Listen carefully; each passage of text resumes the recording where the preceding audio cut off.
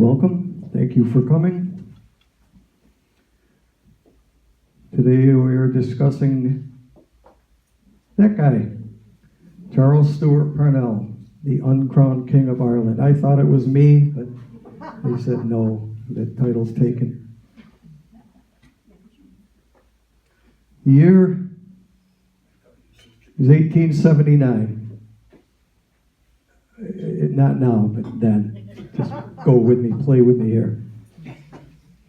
Ireland still recovering from the devastating effects of the Great Hunger caused by the potato blight. And bad harvests have caused near famine conditions in Ireland to return. Thousands of tenants find themselves evicted for non-payment of rent. Daniel O'Connell has failed to force a repeal of the 1800 Act of Union, which had united the parliaments of Great Britain and Ireland, had abolished the Irish Parliament in Dublin, and ended Irish legislative independence that was granted in 1782. And his death, along with the prosecution of the leaders of the 1848 Young Irelanders Rebellion, left a huge void in the leadership of Ireland. The Irish peasantry were suffering with no one to speak for them and no one to fight for them. The nation needed a hero, and they got one from the most unlikely source. If you searched, you probably couldn't have come up with a less likely candidate to become the face of Irish nationalism than Charles Stewart Parnell. To begin with,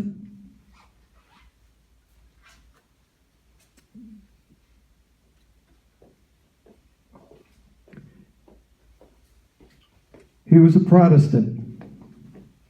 As we all know, while the vast majority of the Irish people were Catholic, the ones who were most oppressed by the British subjugation of Ireland were the Catholics. So most protesters and rebels would have been Catholic. On top of that, he was a landowner, which by itself made him a subject of resentment, since the vast majority of Irish families couldn't own land that they had worked and lived on for centuries. When you talk about the inequality of land ownership in Ireland in the 19th century, bear in mind that because of the British policy of handing out Irish land as political favors, like you hand out Snickers bars at Halloween, just 800 families owned 50% of the Irish land. And to finish the trifecta, he was not only a landowner, he was a landlord. There was no class of people more hated in 19th century Ireland than landlords.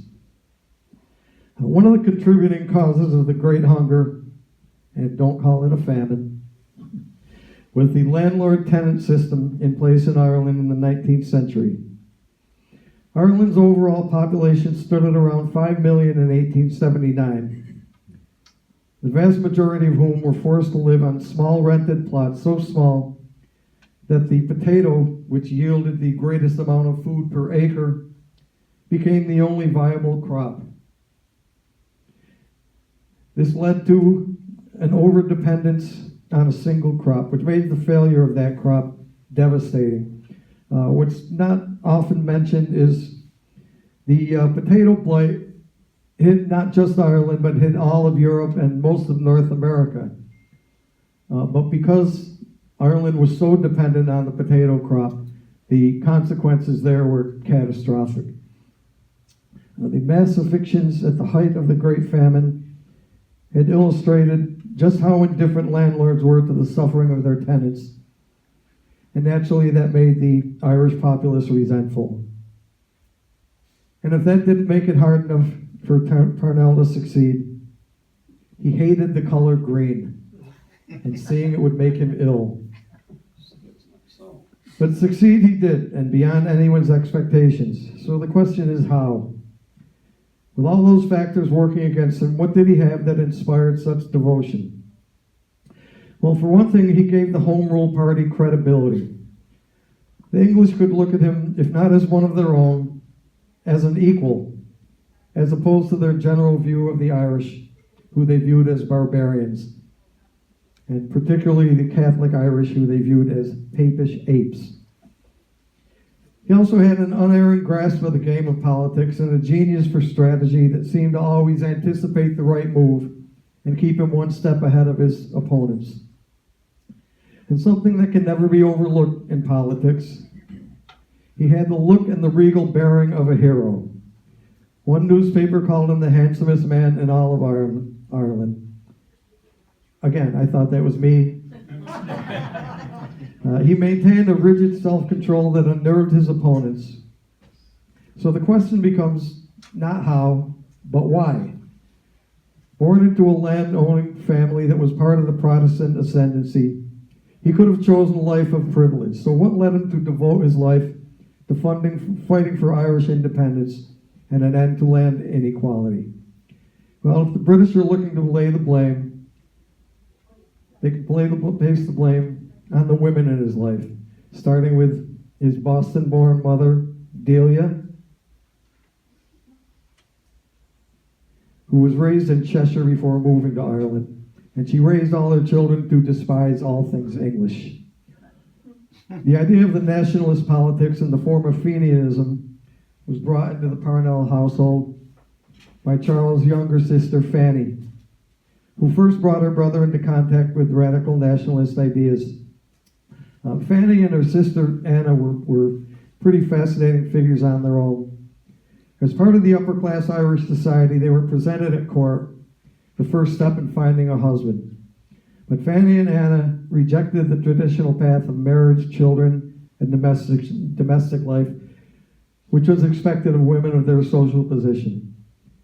Instead, publishing incendiary poetry in nationalist magazines and participating in revolutionary and feminist activities. Charles Stewart Parnell was born in County Wicklow in 1846. He was the seventh of 11 children born to John Henry Parnell and Delia Tudor Stewart. The Parnells were Anglo-Irish, descended from a Protestant English family, originally from Congleton in Cheshire, before moving to Ireland. The family seat at Avondale House in County Wicklow was inherited by Parnell's grandfather, William Parnell, who was an Irish Liberal Party Member of Parliament, or MP, for Wicklow from 1817 to 1820. Parnell's grandfather on his mother's side, Charles Stewart, had been awarded a gold medal by the United States Congress for gallantry in the War of 1812. And if you remember who was in the War of 1812, you may understand her hatred of the British. Parnell became High Sheriff of Wicklow in 1874, where his attention and many of his duties were drawn to the topic dominating Irish politics at the time: Isaac Butt's Home Rule League and the campaign for a moderate degree of self-government in Ireland. Now, we'll hear the term home rule quite a bit. But what does it mean? It depends on who you ask. In the more moderate view, the term home rule was felt by Isaac Butt to encompass an Irish legislature with responsibility for domestic affairs, where Ireland remained part of the United Kingdom, where there'd be a domestic parliament for internal Irish affairs in Dublin, while the imperial parliament at Westminster would continue to have responsibility for international matters and imperial matters. At the other extreme, the Republican concept, as represented by the Fenians and the Irish Republican Brotherhood, strove to achieve total separation from Great Britain and complete autonomy for Ireland, if necessary by physical force. In 1875, Parnell was elected to the House of Commons as a Home Rule League MP for County Meath in a by-election following the death of John Martin. He later served as MP for Youghal in Cork from 1880 to 1891. He spent his first year observing parliamentary proceedings in order to gain a better understanding of the procedures. which he used to great effect. Eventually, he broke with the leadership of Isaac Butt and began to associate with the more radical wing of the Home Rule League. He first came to attention in the public eye in 1886 when he addressed the House of Commons in defense of Fenians in Manchester who had been executed. Now, a little background, two rebel leaders were being transported to prison by prison van, and the police, locked inside the van, refused to throw out the keys to the rebels. One of the rebels tried to shoot the door to open, just as one of the policemen had his eye to the keyhole. He was killed immediately. Public sentiment in England led to a hasty arrest, a tainted trial, and a swift execution. The three men became known as the Manchester Martyrs. Speaking in the House of Commons later, Parnell told the House, "I wish to say as directly as I can that I do not believe and never shall believe that any murder was committed in Manchester." Now, obviously, that drew the attention and the interest of the Irish Republican Brotherhood. And with their backing, he quickly took over leadership of the Irish contingent from the more complacent Isaac Butt. Through it all, Parnell's party managed to avoid the usual violence that had accompanied such protests in the past by utilizing tactics that had never been used to the extent he used them.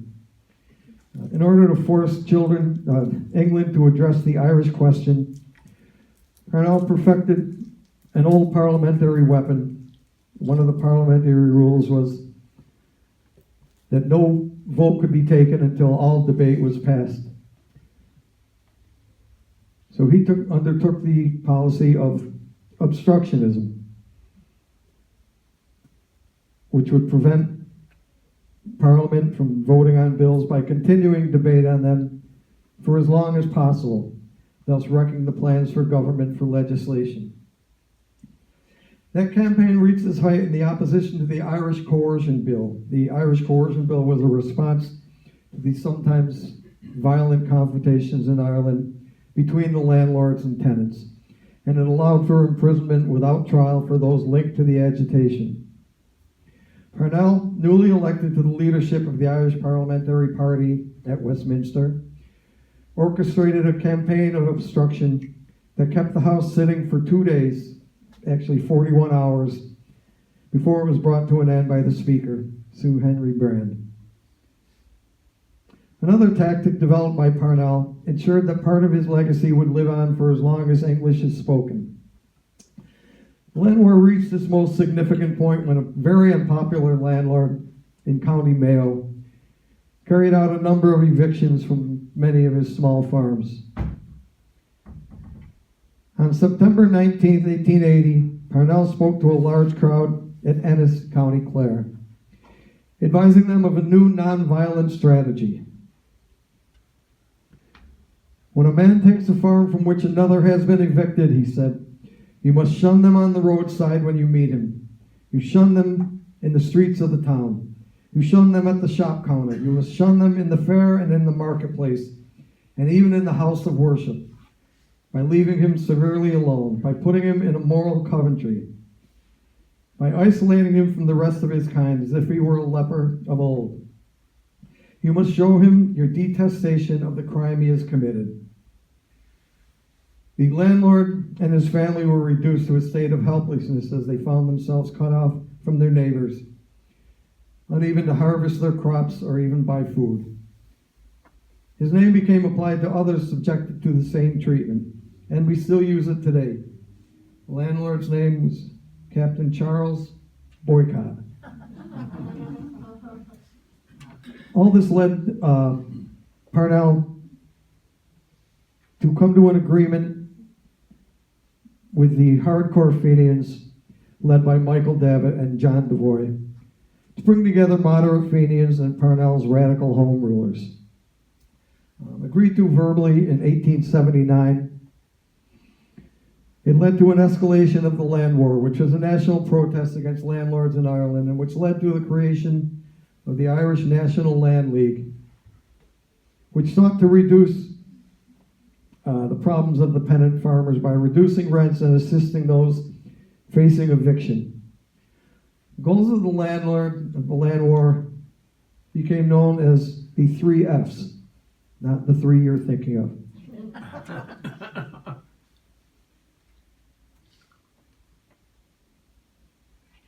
Rather, they were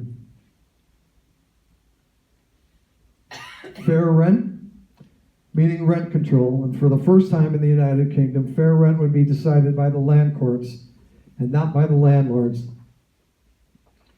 Fixity of tenure, which meant that a tenant could not be evicted if he had paid the rent, or in under some circumstances, even if he hadn't. And free sale, meaning a tenant could sell the interest in his holding to an incoming tenant without landlord interference. Well, Parnell realized quickly that there are 2 connected things any revolution needs to succeed. It needs to garnish public support, and it needs money. And Parnell, at the urging of Devoy and Davitt, knew where he had to go to get both. At the end of 1879, Charles sailed to New York to undertake a tour of North America. He arrived in New York at the beginning of 1880 on the first stage of an extensive tour of North America. One of his first actions was to establish an Irish Land League Famine Relief Fund. We say he established, they believe his sister Fanny established. On the day of his arrival, he made a speech in which he stated, in 1845, the Queen of England was the only sovereign who gave nothing out of her private purse to the starving Irish. The Tsar of Russia gave, as did the Sultan of Turkey, but Queen Victoria sent nothing. Strictly speaking, that's not true. She did donate $1,000 from her own personal fortune, which I'm sure saved many of the Irish people. 2 days after his arrival, Charles spoke in Madison Square Garden. An estimated 8,000 attended, despite a charge of 50 cents. Charles had been in America for only a few days when he was invited, the unusual honor of being invited to address the specially convened evening session of Congress. On February 2nd, 1880, Charles Stewart Parnell addressed the American Congress. He was only the 4th international politician to be accorded this honor, and the first Irishman. Again, I thought me. During his 32-minute long speech, he laid out a blueprint for the end of the much-hated landlord system in Ireland. He also linked it to the recurring famines in Ireland. The success of Parnell's North American tour led him to being referred to in American newspapers as the uncrowned king of Ireland. Again, I was not around then. So Charles arrived in Washington by train on February 2nd to be greeted by a large crowd who accompanied them to the prestigious Willard Hotel. When addressing the welcoming committee, Charles referred to the situation in Ireland, telling them, the present famine is artificial. It was deliberately created to prevent the restoration of the rights of the people and to keep down the peasantry. The same evening, he addressed Congress. According to the Irish Times, Charles spoke with coolness and effect and made a most favorable impression by his self-possession and clearness of utterance. Charles returned to the United Kingdom in early March, earlier than anticipated, to contest an unexpected general election. But at this stage, he had lectured in 62 cities in 60 days and had raised £70,000, the equivalent of over $6 million in today's money. So he returned more popular and powerful than ever and picked up right where he had left off. Parnell's success with the land war alarmed the British establishment and forced Prime Minister William Gladstone to introduce the Second Land Act of 1881 in an attempt to defuse the situation. The act established the Land Commission that reduced rents and enabled some tenants to buy their own farms. But Parnell didn't think it went far enough and began urging tenants to withhold rents. Gladstone's response was to have Parnell imprisoned in Kilmainham jail for sabotaging the Land Act. Parnell, for his part, issued a no-rent manifesto ordering his followers to not pay their rents. Violence broke out throughout Ireland. And realizing that Parnell was the only one who could stop the violence, Gladstone met with the Irish leader and they worked out what became known as the Kilmainham Treaty. Under the agreement, Parnell would be released. 100,000 tenants would be allowed to appeal for fair rent before the land courts. And Parnell promised to use his influence to stop the violence. Now, the agreement was a major triumph for Irish nationalism, partly practically because it won abatement from the government for tenants who were behind in their rents at the height of the land war. But it was also a symbolic victory. If you think about it, Parnell referred to it as a treaty instead of an agreement. The treaties, if you think about it, exist between two separate countries. So it sent a strong message in favor of home rule and in favor of the idea that Irish was a sovereign nation. Following his release from Kilmainham jail, Parnell sought to build on his experience and huge support to further the cause of home rule. He changed the name of the Home Rule League Party to the Irish Parliamentary Party, the IPP. In 1882 and in the 1885 election, the party released its number of MPs from 63 to 85, leaving that party holding the balance of power in Parliament. The IPP had evolved as a party, becoming much more Catholic and obviously much more powerful. They actually held the reins at this point. Parnell faced yet another scandal when he found himself accused of supporting the brutal murders of the newly appointed Chief Secretary of Ireland, Lord Frederick Cavendish, in Dublin's Phoenix Park. Letters were published suggesting that Parnell was complicit in the murders. However, a commission of inquiry revealed that the letters were a fabrication created by Richard Pijot, a disreputable journalist who broke down under cross-examination after characteristic spelling mistakes revealed in the letter showed the letter to be a forgery. But Parnell was vindicated to the disappointment of his opponents, and he again emerged more powerful, more influential than ever. It seemed nothing could stop Parnell in the implementation of home rule.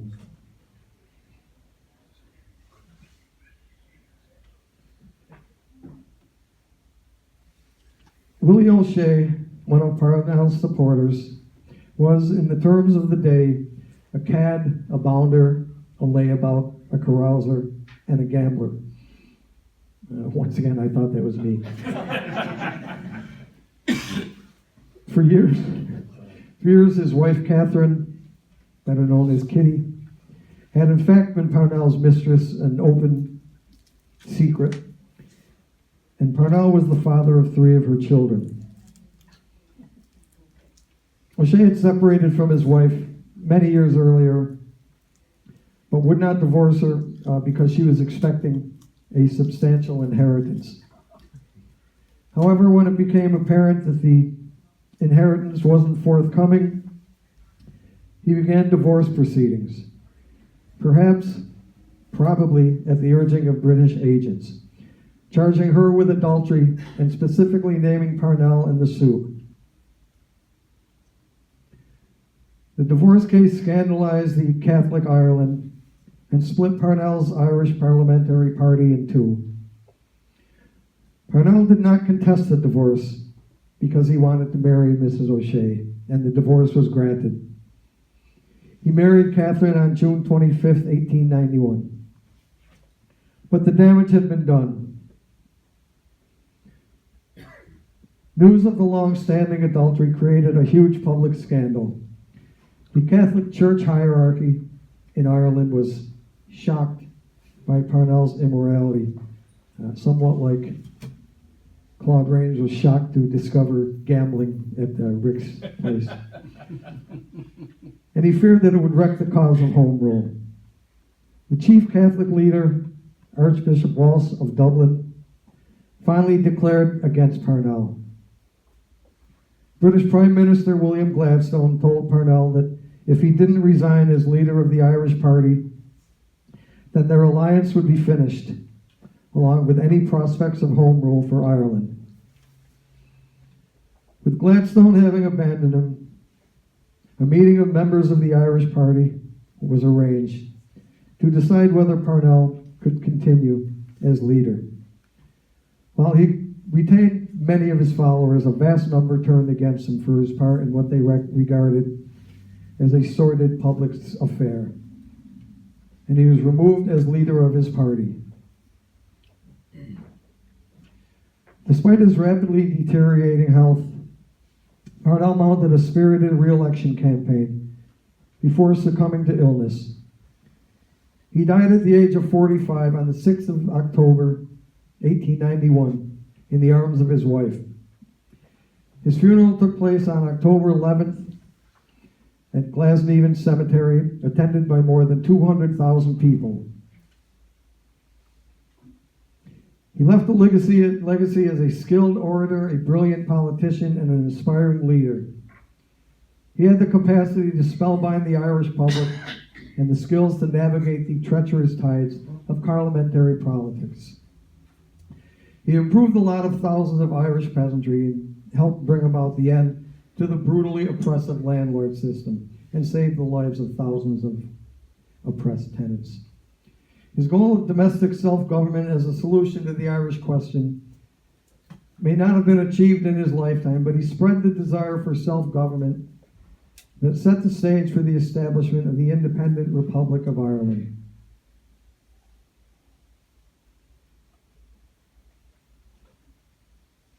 Do what is beyond your strength, even should you fail sometimes.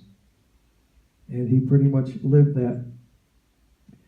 Now, as a special treat, and you are free to insert your own finger quotes, when I first started reading his story, I was fascinated by it. It struck me that it had all the elements of a great musical. It had good people, bad people. It had love story. It had backroom shenanigans and chicanery. It had sex scandals. It had the Shakespearean hero with the tragic flaw. It had everything. It had elements of where you could throw in these big Broadway numbers and everything. But then I realized that I would have to do it. Realized I was busy being uncrowned King of Ireland and wasn't going to have time. But we're going to play part of it now. And because my obsession was matched only by my laziness, it has never been put on before. So you are getting the world debut of this musical on Parnell that is rapidly sweeping the nation. If it's, you may ask, if it's a world debut, how can it be rapidly sweeping the nation? As we know, the Irish never let the truth get in the way of a good story. I hope you got the viewing rights signed off on. I am suing myself. The opening scene finds Gladstone visiting the grave of Parnell, reflecting on their ambiguous relationship, sometimes antagonistic, sometimes allied. Were you sin or salvation? Were we brothers somewhere under the skin? And now, with you gone, what's the hope for your nation? They'll never see the likes of you again. Was it really just 12 years since I first heard your name? And nothing was ever the same. Mr. Prime Minister, you're the last person I would have expected to find here. Yes, well, I'm a little surprised myself. I guess he's still making us do things we didn't intend. Mr. O'Brien, isn't it? From the Globe? You were with him, weren't you? Yes, we all were. At first. The subcommittee in charge of Irish affairs will now convene on this date of July 21st, 1877. The first order of business, the matter of Charles Seward Parnell.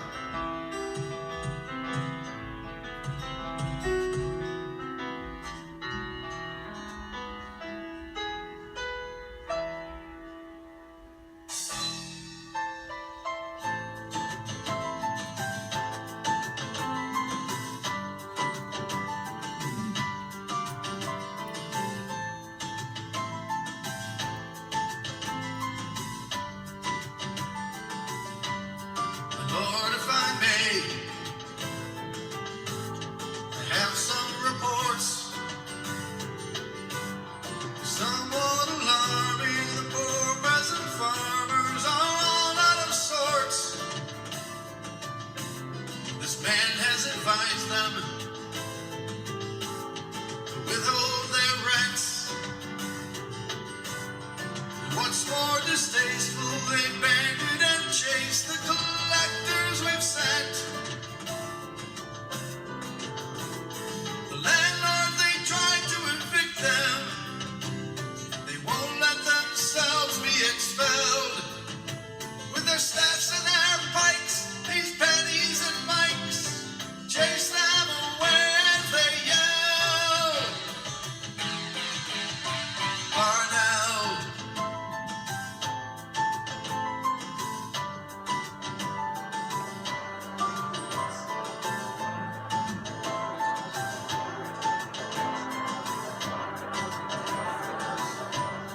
It's always the same in that barbaric land. From Wexford to Galway, it seems that it's always Irish troubles again. It's this famine they faced, it's driven them mad. They've always been lazy and now they've gone crazy, lost what little sense they've had. I tell you, send over the army, they'll send that rebel rouser to hell. When Ireland's sons bit their staffs against guns, see their stones answered with shells. It's goodbye, Parnell.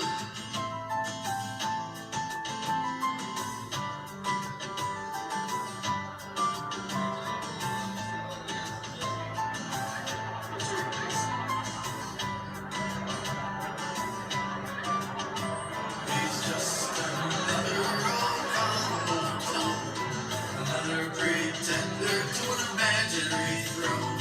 These Irish spot heroes like they spot their leprechauns, and when they look for them, they're gone.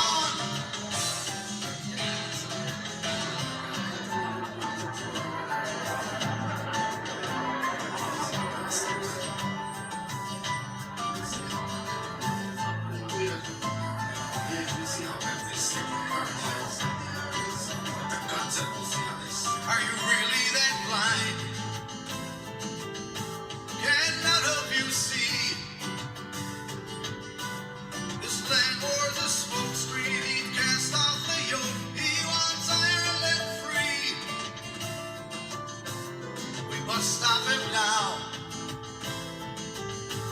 or they'll answer his call. If we let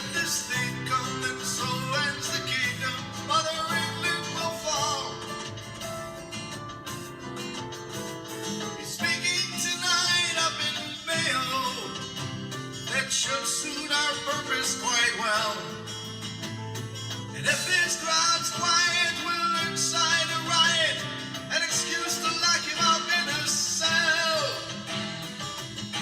So ends Parnell.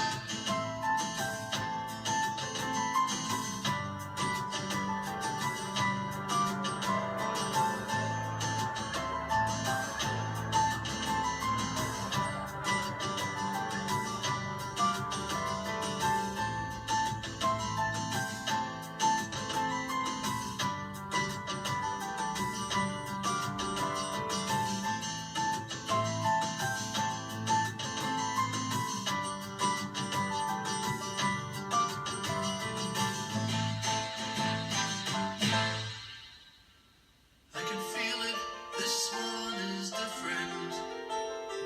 I don't know how, but I can tell. And if they'll work together, we can bring peace forever. But I think he may be a hard sell.